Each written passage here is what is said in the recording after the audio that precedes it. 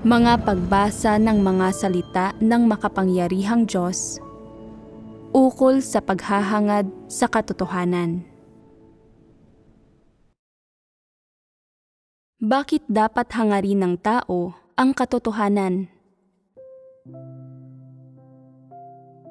Kamakailan, pangunahin tayong nagbabahaginan tungkol sa ilang pahayag na nauugnay sa wastong asal. Isa-isa nating sinuri, hinimay, at ibinunyag ang mga pahayag sa bawat aspeto ng wastong asal na isinulong ng tradisyonal na kultura. Dahil dito ay nagagawa ng mga tao na makilatis ang iba't ibang pahayag sa wastong asal na itinuturing na mga positibong bagay sa tradisyonal na kultura at mahalata ang diwa ng mga ito. Kapag may malinaw na pagkaunawa ang isang tao sa mga pahayag na ito, magsisimula siyang mayamot sa mga ito at magagawa niyang tanggihan ang mga ito.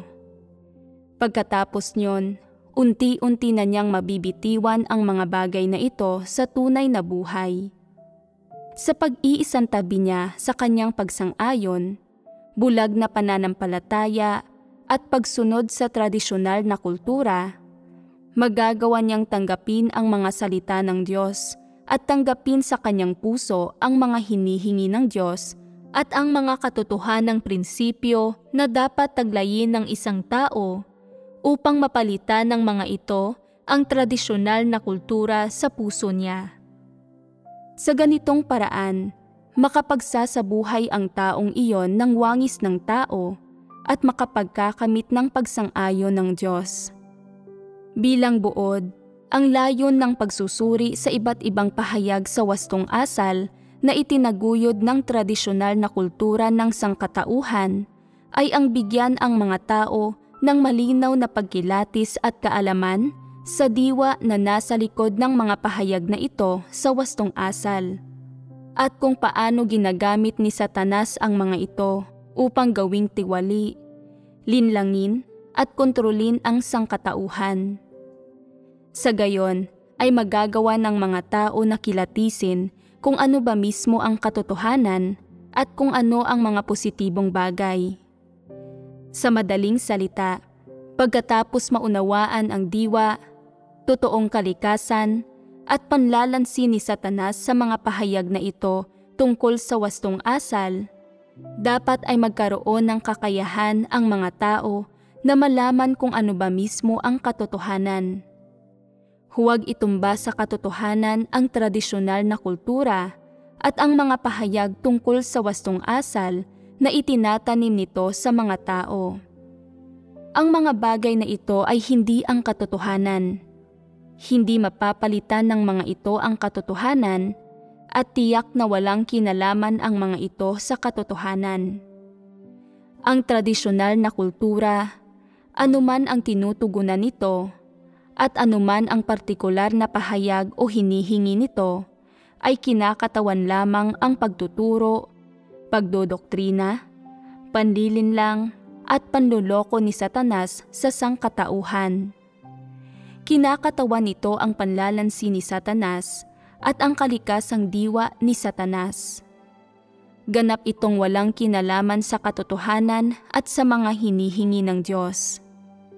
Kaya, gaano man kahusay ang pagsasagawa mo, pagdating sa wastong asal o sa pagsasakatuparan mo nito, o sa pag-unawa mo rito, hindi ito nangangahulugan na isinasagawa mo ang katotohanan o na ikaw ay isang taong may pagkatao at katinuan, at tiyak na hindi ito nangangahulugan na nagagawa mong tuparin ang kalooban ng Diyos.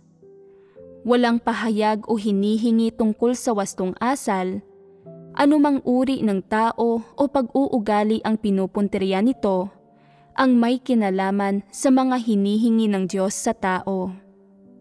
Walang kinalaman ang mga ito sa katotohanan na hinihingi ng Diyos na isagawa ng tao o sa mga prinsipyong dapat sundin ng tao. Pinag-iisipan ba ninyo ang tanong na ito? Malinaw na ba ninyo itong nakikita ngayon?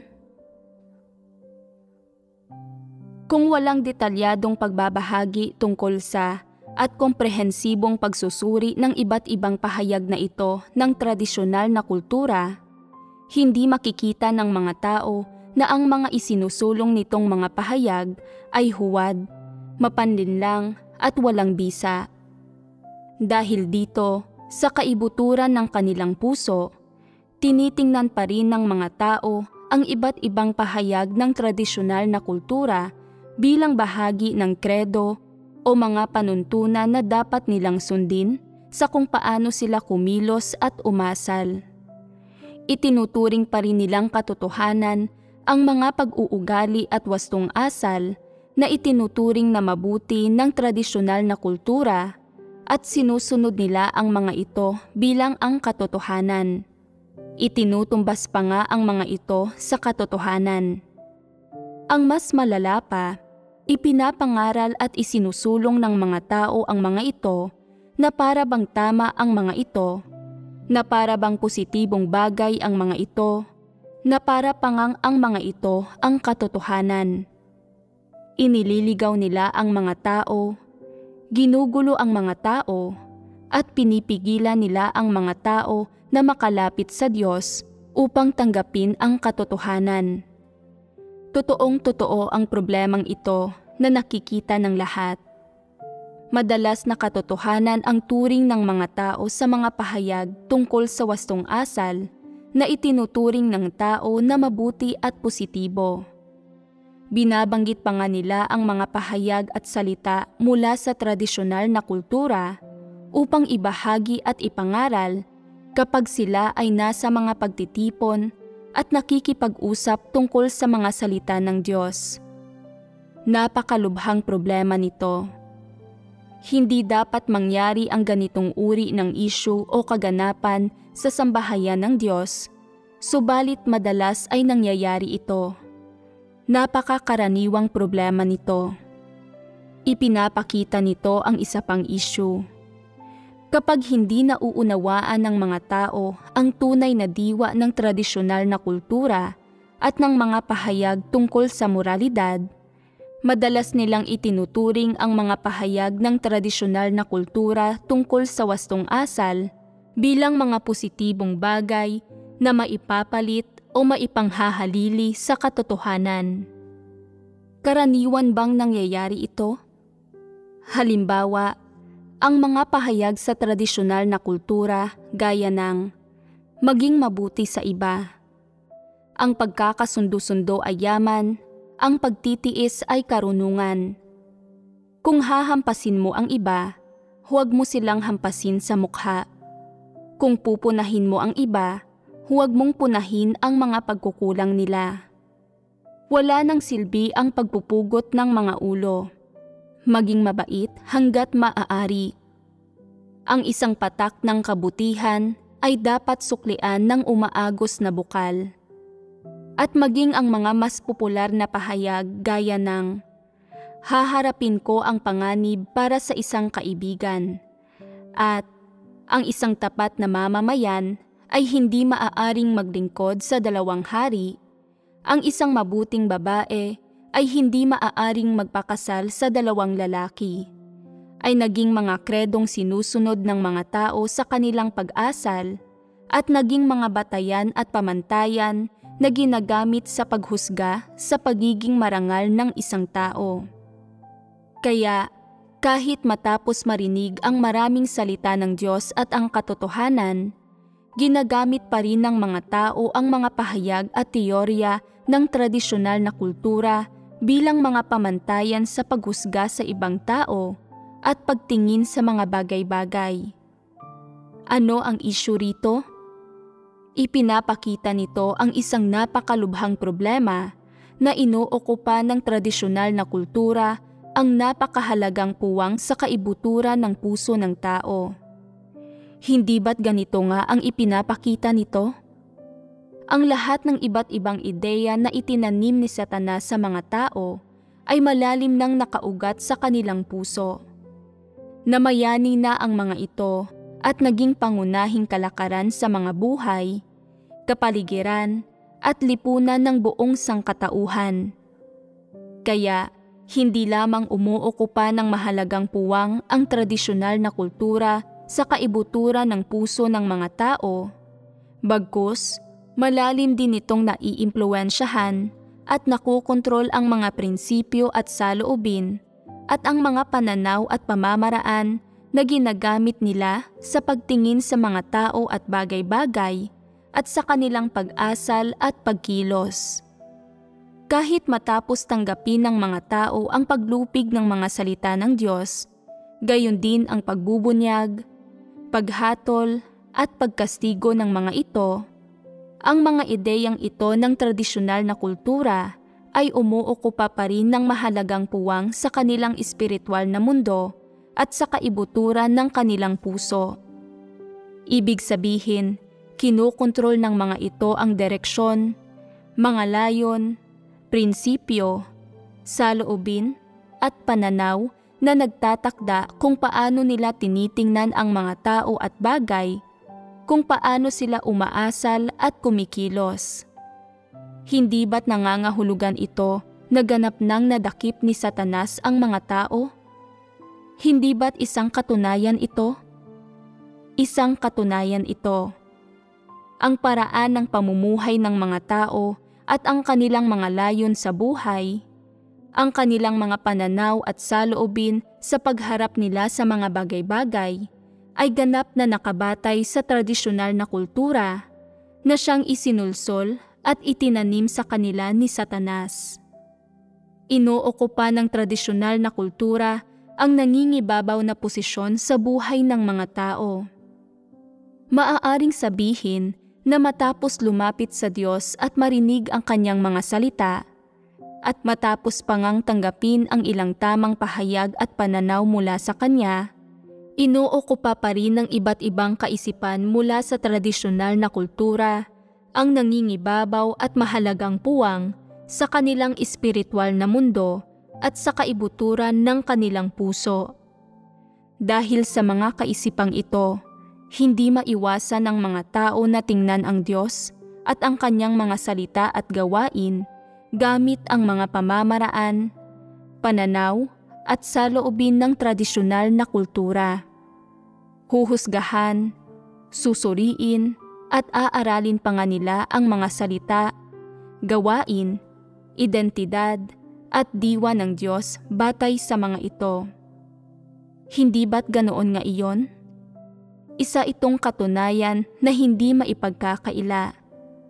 Kahit kapag ang mga tao ay nalupig na ng mga salita at gawain ng Diyos, ng kanyang mga kilos, diwa, kapangyarihan at karunungan, inookupa pa rin ng tradisyonal na kultura ang importanteng posisyon sa kaibuturan ng kanilang puso hanggang sa puntong wala nang makakapalit dito. Natural na ganito rin ang nangyayari sa mga salita ng Diyos at sa katotohanan. Kahit na nalupig na ng Diyos ang mga tao, hindi mapalitan ng kanyang mga salita at ng katotohanan ang tradisyonal na kultura sa kanilang puso. Sobra itong nakalulungkot at nakatatakot. Kumakapit ang mga tao sa tradisyonal na kultura habang sumusunod sa Diyos, habang nakikinig sa kanyang mga salita, habang tinatanggap ang katotohanan at iba't ibang ideya mula sa Kanya. Sa panlabas, mukhang sumusunod ang mga taong ito sa Diyos, ngunit ang iba't ibang ideya, pananaw at perspektiba na itinanim sa kanila ng tradisyonal na kultura at ni Satanas ay may posisyon sa kanilang puso na hindi mayayanig o mapapalitan. Bagamat ang mga tao ay kumakain at umiinom ng mga salita ng Diyos araw-araw at nagbabasa ng padasal at madalas na pinagbubulayan ang mga ito, ang mga pangunahing pananaw, prinsipyo at pamamaraan na pinagbabatayan kung paano nila tinitingnan ang mga tao at mga bagay, gayon din kung paano sila umaasal at kumikilos, ay nakabatay pa rin sa tradisyonal na kultura. Sa makatubid, naaapektuhan ng tradisyonal na kultura ang mga tao sa pamamagitan ng pagmamanipula, pangangasiwa at pagkontrol nito sa kanilang pang-araw-araw na buhay. Para itong anino nila na hindi nila maiwawaksi at matatakasan. Ano ang dahilan nito?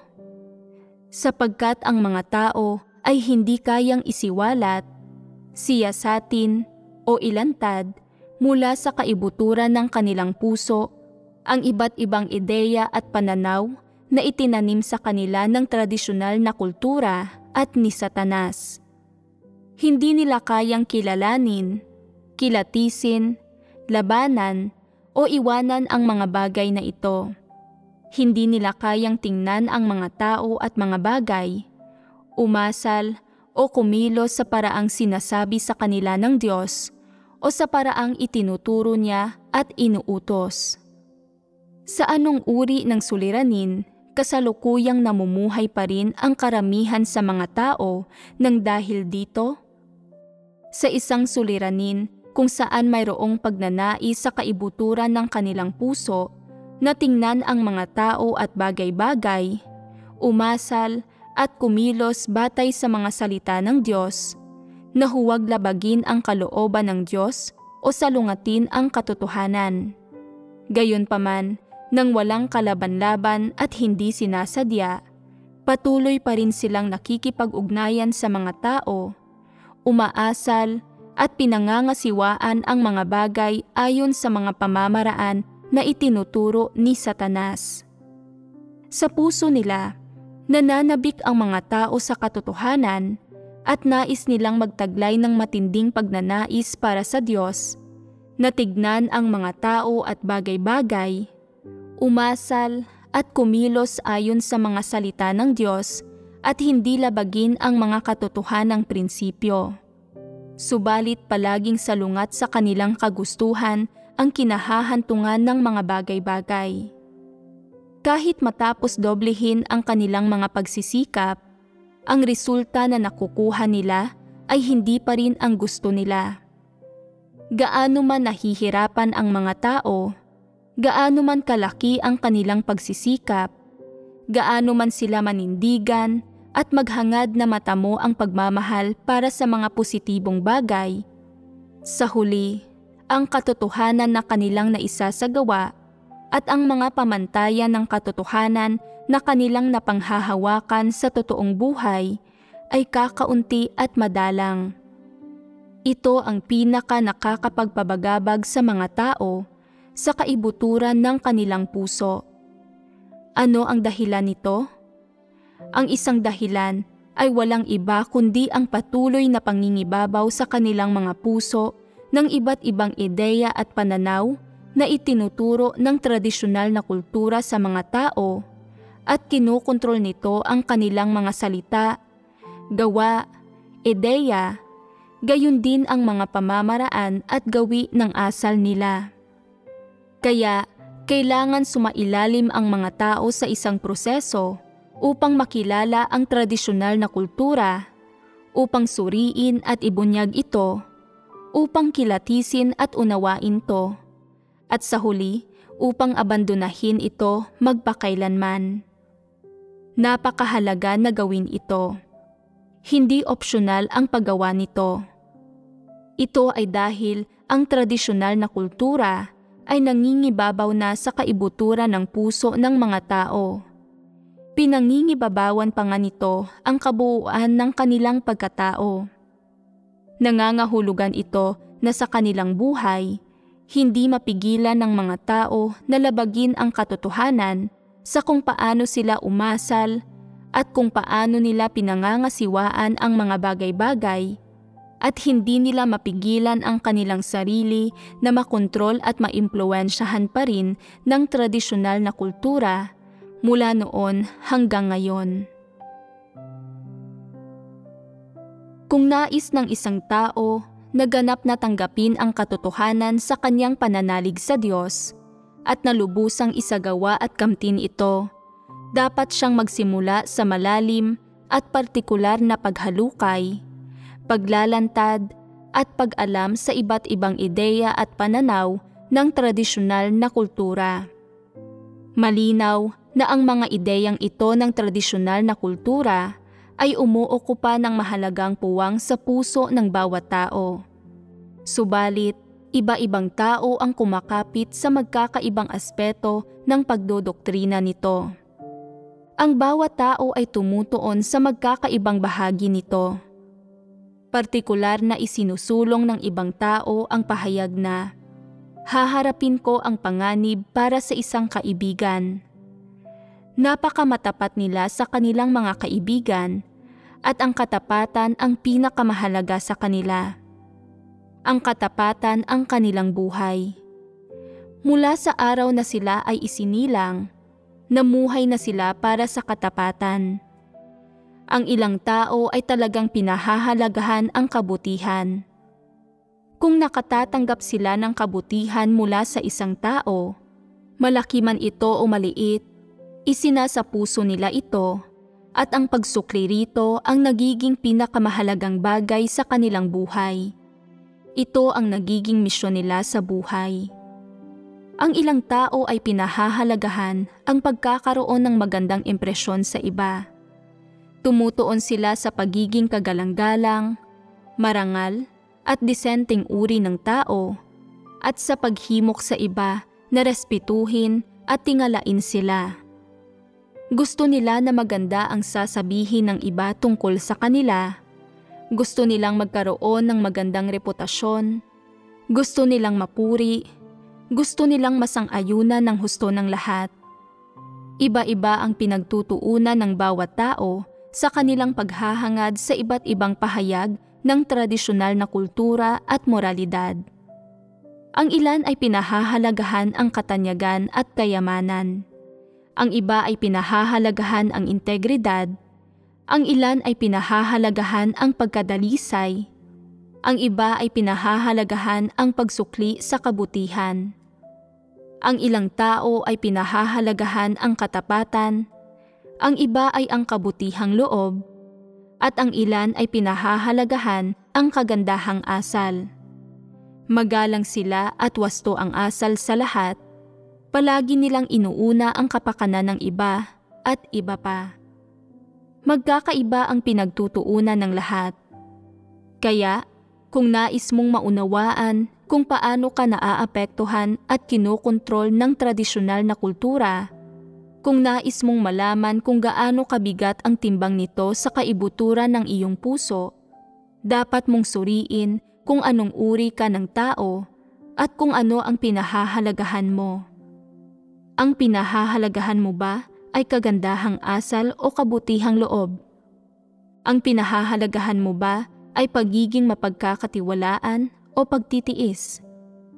Tingnan mula sa iba't ibang pananaw at tingnan ang iyong mismong pag-uugali upang masuri kung aling aspeto ng tradisyonal na kultura ang nagkaroon ng pinakamalalim na impluwensya sa iyo at kung bakit mo hinahangad ang tradisyonal na kultura. Ano mang diwa ng tradisyonal na kultura ang hinahangad mo, ganoon kang uri ng tao. Ano mang uri ka ng tao, iyon ang nangingibabaw sa buhay mo. At anuman ang nangingibabaw sa buhay mo, iyon ang bagay na kailangan mong kilalanin, suriin, unawain, labanan at talikuran. Pagkatapos mong matuklasan ito at magkamit ka ng pagkaunawa rito, unti-unti mong maiwawaksi ang tradisyonal na kultura, tunay na matatalikuran ito, at sa wakas, ganap kang makalalaya rito at maaalis ito ng lubusan sa kaibuturan ng iyong puso. Pagkatapos ay magagawa mo ng talikuran ito ng lubusan at puksain ito. Sa sandaling magawa mo na ito, hindi na ang tradisyonal na kultura ang magiging pinakamahalaga sa iyong buhay. Sa halip, ang mga salita ng Diyos at ang katotohanan ay unti-unti nang magiging pangunahin sa kaibuturan ng iyong puso at magiging buhay mo. Unti-unting ookupa ng mahalagang puwang sa puso mo ang mga salita ng Diyos at ang katotohanan, at ang mga salita ng Diyos at ang Diyos ang uupo sa trono sa puso mo at mamumuno bilang iyong hari. Ookupahin ng mga ito ang bawat bahagi mo. Hindi ba't mararamdaman mong mas maliit na ang pagkabagabag mo sa buhay kung magkagayon? Hindi ba't mababawasan na ng mababawasan ang pagiging nakababagabag ng iyong buhay? Hindi ba't magiging mas madali na sa iyo na tignan ang mga tao at bagay, na umasal at kumilos ng ganap na alinsunod sa mga salita ng Diyos, na ang pamantayan mo ay ang katotohanan? Magiging mas madali na ito. Nakikita ko na abalang-abala kayong lahat sa inyong mga tungkulin araw-araw. Maliban sa pagbabasa ng mga salita ng Diyos, kailangan din ninyong magbahaginan tungkol sa katotohanan araw-araw, magbasa, makinig, magkabisa at magsulat. Gumugugol kayo ng maraming oras at lakas. Nagbabayad kayo ng malaking halaga. Labis kayong nagdurusa at marahil ay nakauunawa kayo ng maraming doktrina. Gayunpaman, pagdating sa pagganap sa inyong tungkulin, nakalulungkot na hindi ninyo naisasagawa ang katotohanan at hindi ninyo nauunawaan ang mga prinsipyo. Nakapakinig na kayo at nakapagbahagi na ng iba't ibang aspeto ng katotohanan ng maraming beses, pero kapag may nangyayari sa inyo, hindi ninyo alam kung paano danasin, isagawa o gamitin ang mga salita ng Diyos. Hindi ninyo alam kung paano isasagawa ang katotohanan. Kailangan pa rin ninyong maghanap at makipagdiskusyon sa iba. Bakit napakatagal bago mag-ugat ang mga salita ng Diyos sa puso ng isang tao? Bakit napakahirap na maunawaan ang katotohanan at kumilos alinsunod sa mga prinsipyo sa pamamagitan ng kanyang mga salita? Hindi maipagkakaila na ang isang pangunahing dahilan nito ay ang malaking impluwensya ng tradisyonal na kultura sa mga tao. Umuko pa ito ng mahalagang posisyon sa puso ng mga tao sa loob ng napakahabang panahon, at kinokontrol nito ang iniisip at utak ng mga tao. Binibigyang laya ng tradisyonal na kultura ang mga tiwaling disposisyon ng tao. Panatag ang loob nila sa paglalantad sa mga ito, gaya ng isang tagakatay sa isang kutsilyo, gaya ng isang isda sa tubig. Hindi ba't ganito nga iyon? Malapit na nakaugnay ang tradisyonal na kultura sa mga tiwaling disposisyon ng tao. Nagtutulungan ang mga ito at pinagtitibay ang isa't isa. Kapag nagtagpo ang mga tiwaling disposisyon at ang tradisyonal na kultura gaya ng isang isda sa tubig, nagagawa ng mga ito na ipakita ang buong kakayahan ng mga ito. Minamahal at kinakailangan ng mga tiwaling disposisyon ang tradisyonal na kultura. Kaya, sa loob ng libu-libong taon na pangungundisyon ng tradisyonal na kultura, lalo nang lumalim ang pagtiwali ni Satanas sa tao, at lalo nang lumala ng lumala at lumaki ng lumaki ang mga tiwaling disposisyon ng tao. Sa likod ng pagbabalat kayo at pagpapanggap nito, ang mga disposisyong ito ay hindi lang lalong lumala, kundi lalo ring napagtakpan. Ang mga disposisyon gaya ng kayabangan, panlilinlang, kasamaan, pagmamatigas, at pagkayamot sa katotohanan ay lalong natatago at napagtatakpan. Nalalantad ang mga ito sa mga mastusong pamamaraan na nagpapahirap sa mga tao na matukoy ang mga ito. Kaya, sa ilalim ng pangungundisyon, pagtuturo, panloloko, at pagkontrol ng tradisyonal na kultura, ano na ang unti-unting nangyayari sa mundo ng sangkatauhan? Naging mundo na ito ng mga demonyo. Hindi namumuhay ang mga tao na parang mga tao. Wala silang wangis ng tao o pagkatao. Gayunpaman, ang mga taong kumakapit sa tradisyonal na kultura na matagal nang nadoktrina, napasok at nasakop nito ay lalo nang nagiging tiwala sa sarili nilang kadakilaan, karangalan at kagitingan. Sobrang laki ng ego nila. Wala sa kanila ang nag-iisip na sila ay hindi mahalaga, na sila ay walang silbi, na sila ay hamak lamang na nilikha. Wala sa kanila ang handang maging normal na tao. Nais nilang lahat na maging sikat, maging dakila, maging pantas.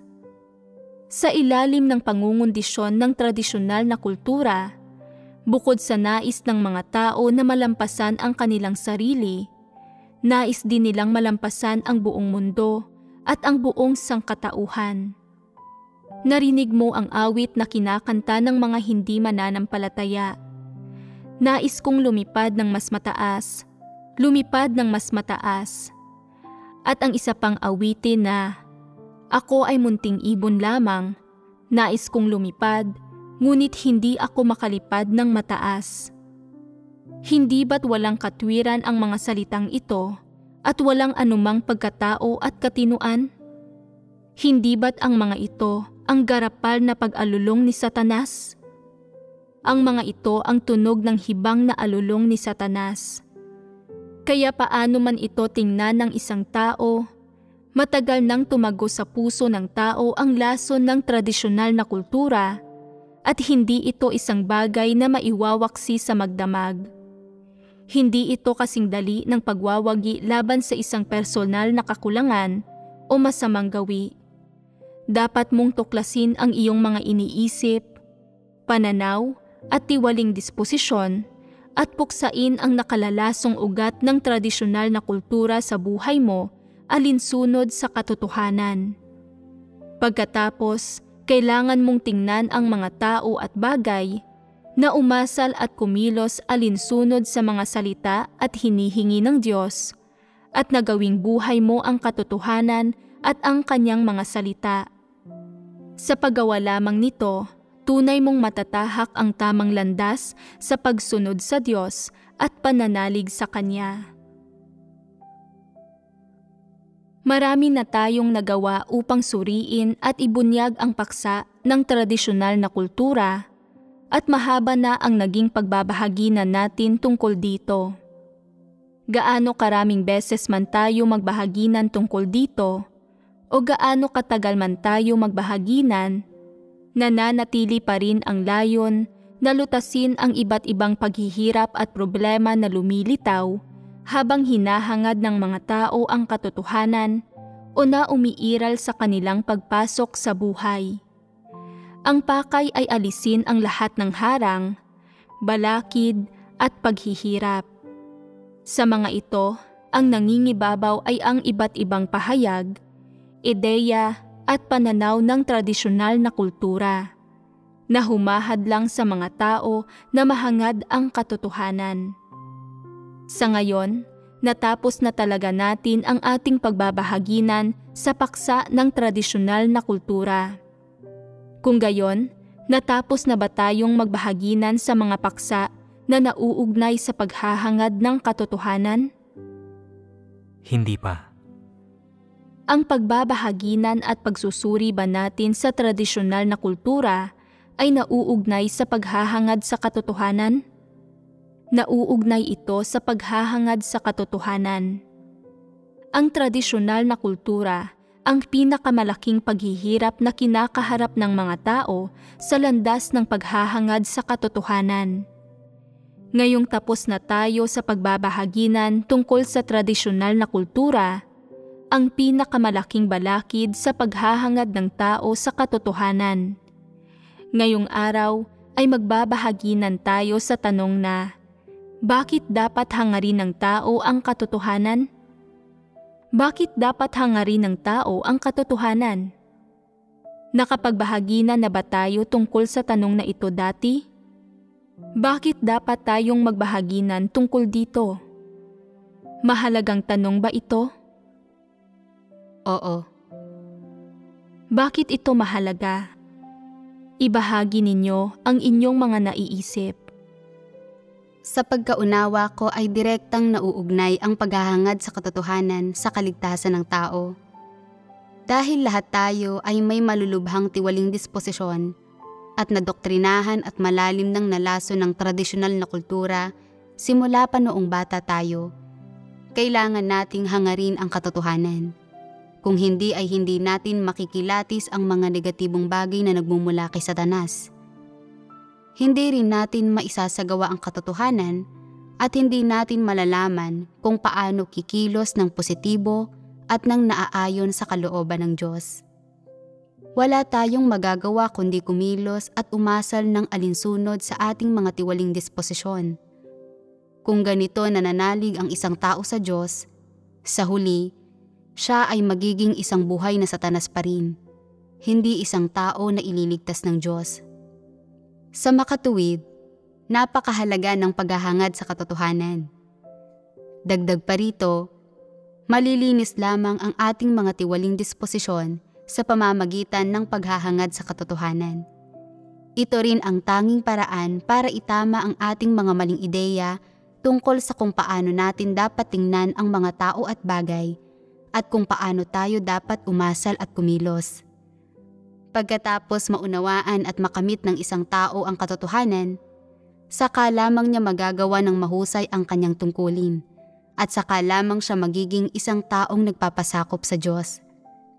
Kung hindi sadya na susundin niya ang kanyang mga tiwaling disposisyon upang gumawa ng mga bagay-bagay sa kanyang mga tungkulin na gumagambala at gumugulo sa gawain ng iglesia. 2 punto ang sinabi mo. Ano ang tanong ko? Bakit dapat hangarin ng tao ang katotohanan? Simpleng tanong ba iyon? Kung pakikinggan, ay isa itong tanong na simple at may sanhi at bunga. Tingin ba ninyong lahat, ang paghahangad sa katotohanan ay, sa isang banda, nauugnay sa kaligtasan ng tao, at sa kabilang banda, sa hindi paglikha ng mga paggambala at panggugulo? Oo. Kapag ganyan ang pagkakasabi mo, simple nga lang kung pakikinggan ang tanong. Ganoon nga ba talaga ito kasimple? Ibahagi ninyo ang mga opinyon ninyo. Sa tingin ko, ang tanong na bakit dapat hangarin ng tao ang katotohanan ay mas simpleng masasagot mula sa isang teoretikal na pananaw, ngunit kapag kinasasangkutan ito ng aktwal na pagsasagawa at pagpasok sa realidad, hindi na ito simple. Bakit dapat hangarin ng tao ang katotohanan? Ilang tanong ang nasasaklawan nito? Nasasaklawan nito ang mga tanong na gaya ng kung ano ang kabuluhan ng paghahangad sa katotohanan, kung ano ang mga dahilan nito. Ano pa? Ang kahalagahan ng paghahangad sa katotohanan. Tama iyan. Saklaw rin nito ang kahalagahan ng paghahangad sa katotohanan. Kasama rito ang mga katanungang ito. Kung isa sa alang-alang ang mga bagay na ito, simple ba ang tanong na bakit dapat hangarin ng tao ang katotohanan? Hindi. Pag-isipang muli ang tanong na bakit dapat hangarin ng tao ang katotohanan batay sa mga bagay na iyon. Una, magbalik tanaw muna kayo. Ano ang paghahangad sa katotohanan? Paano ito bibigyang kahulugan? Ang tingnan ang mga tao at bagay at umasal at kumilos ayon sa mga salita ng Diyos na ang pamantayan ay ang katotohanan. Tama ba iyon? May kulang kayong salita, ang salitang ganap. Basahin ninyo itong muli. Ang tingnan ang mga tao at bagay at umasal at kumilos ng ganap na ayon sa mga salita ng Diyos na ang pamantayan ay ang katotohanan. Ang tanong na bakit dapat hangarin ng tao ang katotohanan ay nauugnay sa mga pagtingin ng mga tao sa mga tao at bagay at sa kanilang asal at kilos. Tungkol ito sa kung paano dapat tingnan ng mga tao ang mga bagay at tao, kung paano sila dapat umasal at kumilos, at kung bakit dapat nilang tingnan ang mga bagay at tao, gayon din kung bakit dapat silang umasal at kumilos ng ganap na alinsunod sa mga salita ng Diyos at gamit ang katotohanan bilang kanilang pamantayan.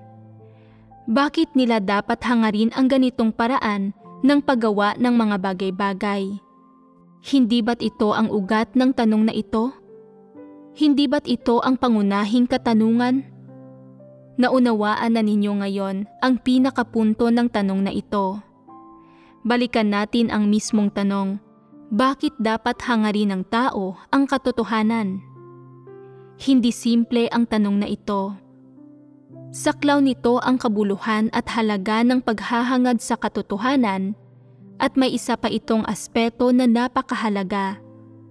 Batay sa diwa at likas na gawi ng sangkatauhan, kailangan nila ang katotohanan bilang buhay nila, kaya dapat nila itong hangarin. Natural na nauugnay rin ito sa kinabukasan at kaligtasan ng sangkatauhan. Sa madaling salita, ang paghahangad sa katotohanan ay nauugnay sa pagliligtas sa mga tao at sa pagbabago ng kanilang mga tiwaling disposisyon. Natural na nauugnay rin ito sa iba't ibang bagay na ipinamumuhay ng mga tao, sa kanilang mga ipinapakita at sa kanilang mga pag-uugali sa kanilang pang-araw-araw na buhay. Kung hindi hahangarin ng mga tao ang katotohanan, tumpak na masasabi na wala silang tsansang mailigtas. Kung hindi hahangarin ng mga tao ang katotohanan, may 100% posibilidad na nilalabanan, ipinagkakanulo, at tinatanggihan nila ang Diyos. May posibilidad na labanan at ipagkanulo nila ang Diyos anumang oras at saan mang lugar, at natural na may posibilidad na guluhin nila ang gawain ng iglesia at ng sambahayan ng Diyos, o may posibilidad na gumawa sila ng isang bagay na makakagulo o makakaantala anumang oras at saan mang lugar.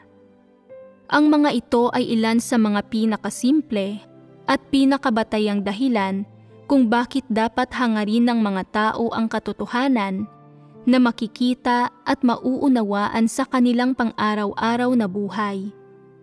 Pero ngayong araw, magbabahaginan lang tayo sa ilang mahalagang bahagi ng tanong na, bakit dapat hangarin ng tao ang katotohanan? Nakapagbahaginan na tayo sa mga pinakapangunahing aspeto ng katanungang ito na siyang naunawaan at kinilala ng mga tao bilang usapin ng doktrina. Kaya ngayong araw ay hindi tayo magbabahaginan tungkol sa mga batayan at simpleng katanungan na iyon. Sasapat nang magbahaginan tayo sa ilang pangunahing elemento. Bakit tayo nagbabahaginan sa paksa ng paghahangad sa katotohanan? Malinaw na may ilan pang mahalagang katanungang nakapaloob dito, mga katanungang hindi lubos na maunawaan ng mga tao at hindi nila alam at hindi nila maarok. Subalit nangangailangan ang mga katanungang ito ng kanilang pag-intindi at pagkaunawa. Bakit dapat hangarin ng tao ang katotohanan? Hindi tayo magsisimula sa mga batayang aspeto nito na naaarok at nauunawaan na ng mga tao. Hindi rin tayo magsisimula sa doktrinang nalalaman na ng mga tao. Kaya, saan tayo magsisimula? Dapat tayong magsimula sa ugat ng tanong na ito, sa plano ng pamamahala ng Diyos at kalooban ng Diyos. Ano ang ibig sabihin ng pagsisimula sa ugat ng tanong?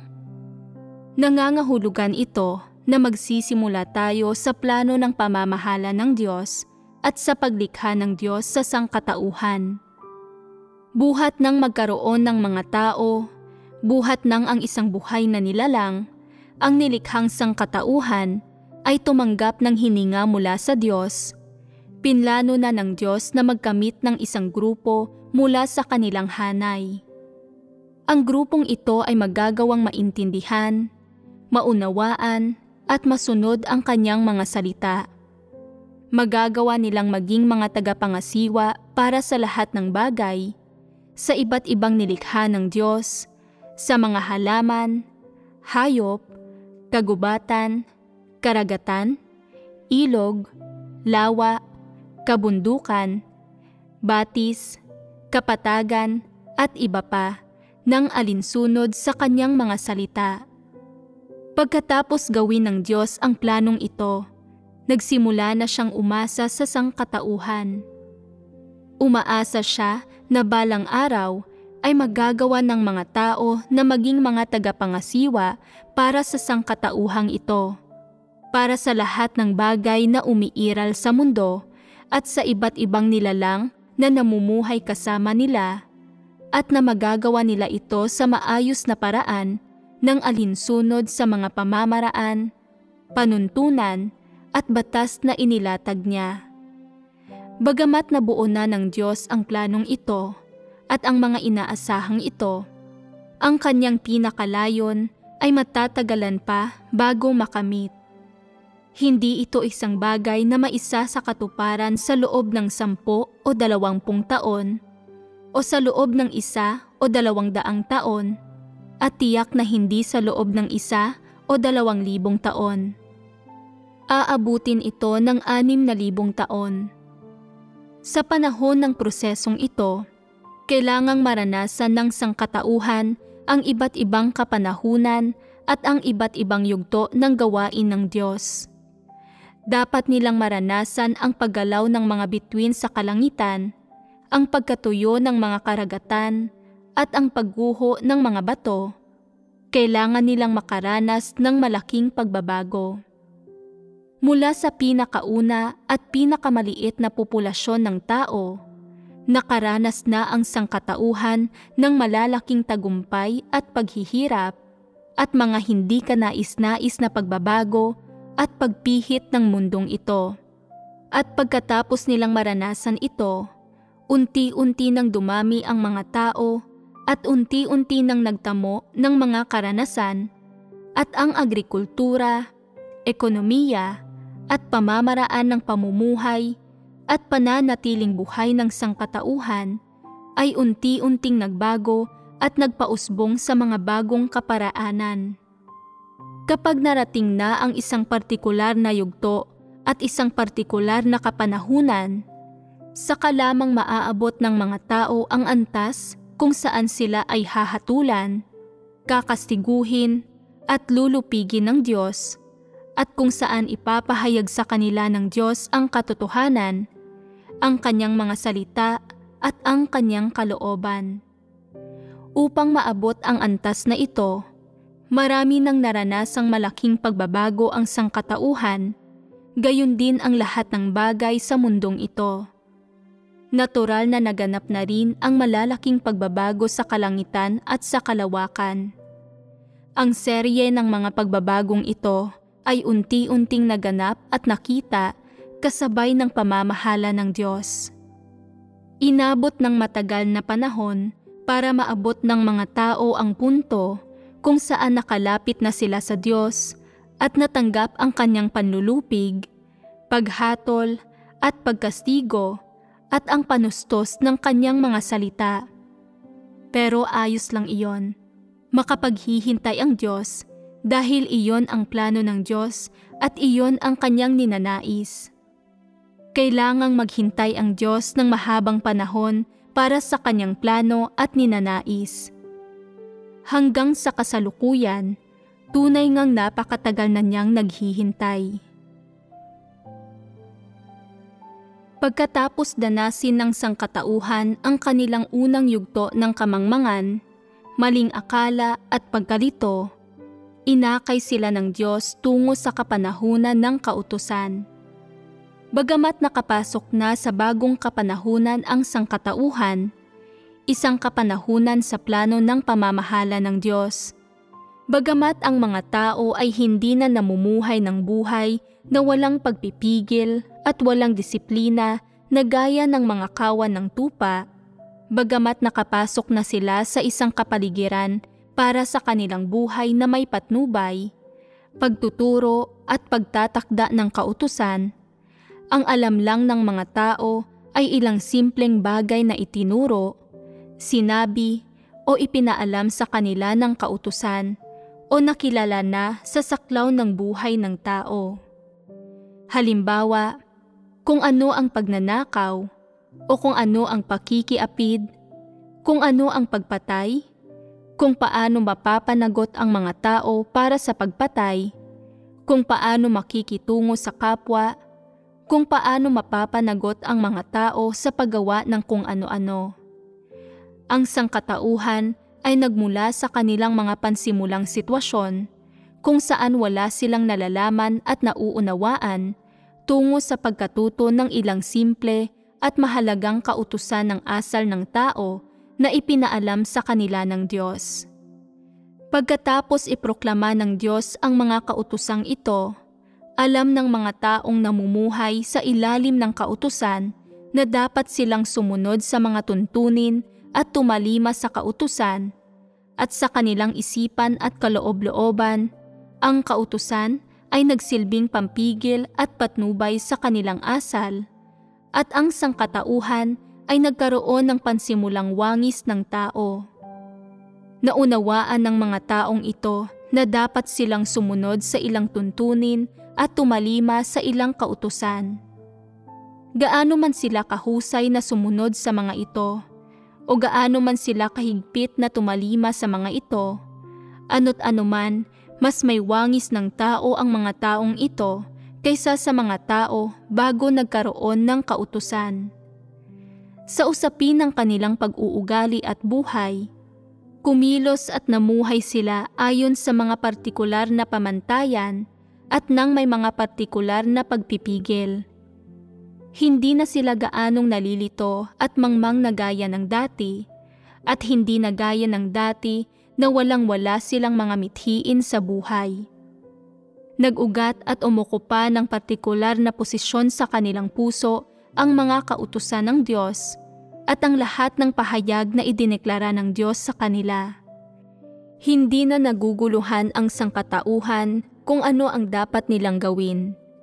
Hindi na sila nabubuhay ng walang mithiin, direksyon o pagpipigil. Sa kabila nito, malayo pa rin sila sa pagiging mga taong pinaplano at ninanais ng Diyos. Malayo pa rin sila sa pagkakaroon ng kakayahan na kumilos bilang mga dalubhasa sa lahat ng bagay. Kailangan pa rin ng Diyos na maghintay at maging mapagtimpi. Bagamat alam ng mga taong nabubuhay sa ilalim ng kautusan na dapat nilang sambahin ang Diyos, ginagawa lamang nila ito bilang isang bagay na nakagawian na.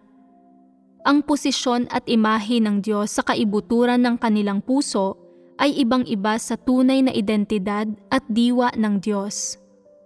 Kaya, hindi pa rin sila ang mga nilikha na ninanais ng Diyos, at hindi pa rin sila ang mga taong kanyang inilalarawan sa isip na mga taong may kakayahang magsilbing mga tagapangasiwa ng lahat ng bagay.